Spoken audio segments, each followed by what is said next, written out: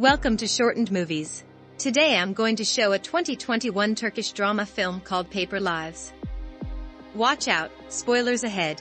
In the streets of Istanbul, a young man named Mohammed is roaming the streets collecting trash. After making his usual rounds, he goes back to their solid waste warehouse, where his friend Ganzi catches him as he collapses to the ground. Ganzi, seeing that his friend's medicine has run out, calls their uncle Tashin and takes Mohammed to the hospital. As Mohammed is examined by a doctor, he is told that he needs a kidney transplant. They don't have enough money for the surgery, so Mohammed and Ganzi leave together with their uncle Tashin. They return Mohammed to his rundown apartment, where he takes his medicine and sleeps with a photo in his arms. When morning breaks, Mohammed returns to the warehouse, where a group of young boys is waiting for him. Mohammed takes care of the records as a worried Ganzi reminds him that he shouldn't be postponing his surgery. Mohammed brushes him off and tells him not to worry too much, and then the usual day of trash collecting begins. As Mehmet begins to close for the day, he hears a noise coming from one of the trash bags. As he pushes it, a young boy emerges and scuttles away. Mohammed corners the terrified boy and convinces him to come out. The boy introduces himself as Ali. Mohammed takes him in and gives him some food. He tells Mohammed that he's looking to earn some money so that his mother can come and live with him. Later that night, Mohammed goes into his apartment. They talk about what they should do with Ali. Ganzi suggests they take him to the police or his home, but Mohammed disagrees. He won't return Ali until he knows why the boy was left in the trash bag. He won't let what happened to him happen to this boy. The next morning, Mohammed takes a lead to a public bathhouse together with his friends. Mohammed notices the bruises on Ali's back and he feels sorry for the boy. He tries to make him feel better by taking him to a hamburger shop. With a little bit of help from Ganzi, he convinces the group to throw a birthday party for Ali. As Mohammed looks for a birthday cake, he leaves Ali with Ganzi. A few minutes later, a crying Ali comes into the shop saying that some lady tried to take him. Ganzi comes back having left the boy for a few minutes, and Mohammed reprimands him with a punch to the face, saying that he shouldn't have left Ali alone. That night, the group throws a birthday party for Ali by the docks. Then it lets Ali blow out the candles of the cake and ask the group to make a wish. When Mohammed asked the group about their wishes, another boy tells him that he wishes to die. Bewildered, Mohammed asks why would he want to die. The boy says he'd like to die young because he's afraid that if he dies when he's older, his mother won't recognize him when they meet in the afterlife. As Mohammed and Ali hang out on the rooftop of their apartment building, they talk about their lives. Mohammed promises him that he will take him to the beach soon and he will teach him how to swim. With Ali happy, they go back to their quarters. Morning breaks, Mohammed finds the bedroom empty. He starts to feel the panic rising up in his chest as he goes looking for Ali in the building. With a boy nowhere to be found, he rushes out into the street screaming Ali's name and asking passers-by if they've seen a little boy around. As he goes back to his apartment to call for help, he spots Ali sitting in the living room. Collapsing with relief, Mohammed asks Ali where he's been the whole morning. Ali told him that he had a dream about his mother and he went outside to look for her, and when he couldn't find her, he went back to Mohammed's place. Mohammed thinks it's important for Ali's mother to know that her son is alive and well, so he devises a plan to make Ali show him where he lives and he can go talk to Ali's mother. Ali agrees to the deal. That afternoon, the pair goes swimming at the beach. Mohammed teaches Ali how to swim as Ganzi looked on happily. Ali then thanks Mom later that night as he tucks him into bed. Mohammed stays up in the warehouse trying to build a trash collector for Ali when his uncle intervenes. Uncle Tashin asks about Ali and says that his parents must miss him. Mohammed insists that Ali's parents don't want him and that he'll take care of the boy, as Uncle Tashin did for them. As he leaves, Uncle Tashin shakes his head disapprovingly and reminds Mohammed that he's sick. The next morning, Mohammed surprises Ali with his own trash collector and takes him to work. They enjoy a full day's worth of collecting trash and then they return back to Mohammed's apartment.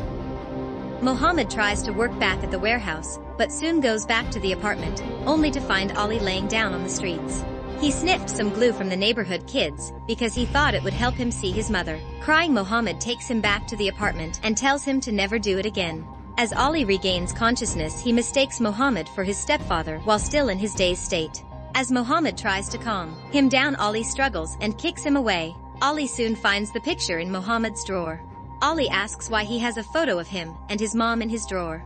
Mohammed explains to him that he's mistaken and that it's Mohammed in the photo and not Ali. Still in his confused state, Ali becomes angry and rips apart the photo. Mohammed cries out in protest and flips over the coffee table, crawling his way back to the photo that now lays torn on the floor. As Mohammed tries to tape back the photo together, Ganzi comes by.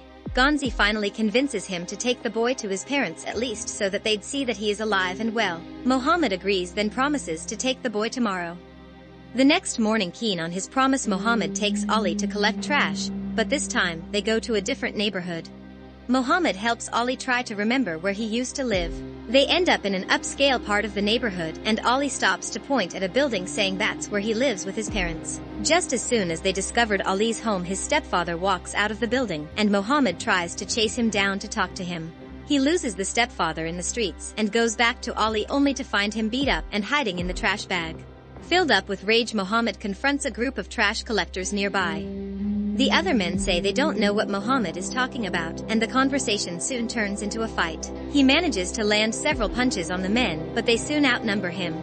They lock Mohammed in a chokehold, and then the two other guys start beating him up. They kick him down to the ground, his mouth coughing up blood, and only stops when the cops started coming. Beaten and bruised, Mohammed looks up to see a terrified Ali watching in horror. As the other men left him for dead, he tries to call out to him, but he soon passes out. When Mohammed wakes up, he finds himself in the hospital with Gonzi by his side and a nurse telling him that they almost lost him. Mohammed asks for Ali, but Gonzi tells him that he lost the boy. The rage builds up in Mohammed's chest as he rips himself off from the dialysis machine. Gonzi forces him down, saying he needs to stay there, but Mohammed can only cry out in pain. He manages to convince Gonzi to take him out of the hospital and back to the warehouse. Mohammed rummages through the storage looking for the hidden stash of cash that he saved up for his surgery. Uncle Tasha arrives and reminds him that he needs that money for surgery. If Mohammed gives it away now, they don't know how they're going to get that amount of money again. Mohammed threatens them with a knife, saying he's taking this money to save Ali. He confronts Uncle Tasha, blaming him for his miserable life. He grabs his uncle and yells at his face, asking him why didn't he take him back to this mother. He tells them that he made a promise to Ali and that he's not going to break it. Mohammed takes Uncle Tashan's car and drives all the way to the building where Ali's parents live. He knocks on the door and sees an elderly couple living in the room.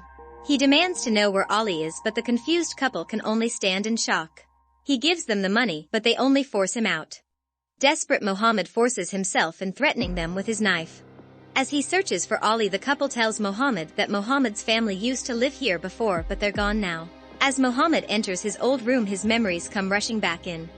He remembers his childhood and how his stepfather used to beat him up, prompting his mother to abandon him in Uncle Tashan's trash bag. Having enough pain and confusion, Mohammed screams out. He makes his way out of the couple's apartment and back into the streets. The rain has started to pour down as Mohammed collapses near a pile of trash, holding in his hand the only picture he has of him and his mother. As life begins to slip away from it, goes and reveals that everything that has been happening was inside Mohammed's mind. Everyone played along, feeling sorry for their sick friend who's been having a hard time remembering reality. Mohammed often slips into his own imagination to make his childhood self happy. Mohammed holds out the picture in front of him with his last remaining energy. His tears mix in with the rain on his face as he finally accepts his fate. All he wanted was to reunite his abandoned childhood with his mother. But that can never be. He will only be a street kid. He slips away from consciousness and never wakes up again. The police find his body later on, holding the picture of a hopeful kid and his mother. Subscribe the channel for more similar videos. Turn on the notifications. Leave a like, it really helps the channel out. Thank you for watching.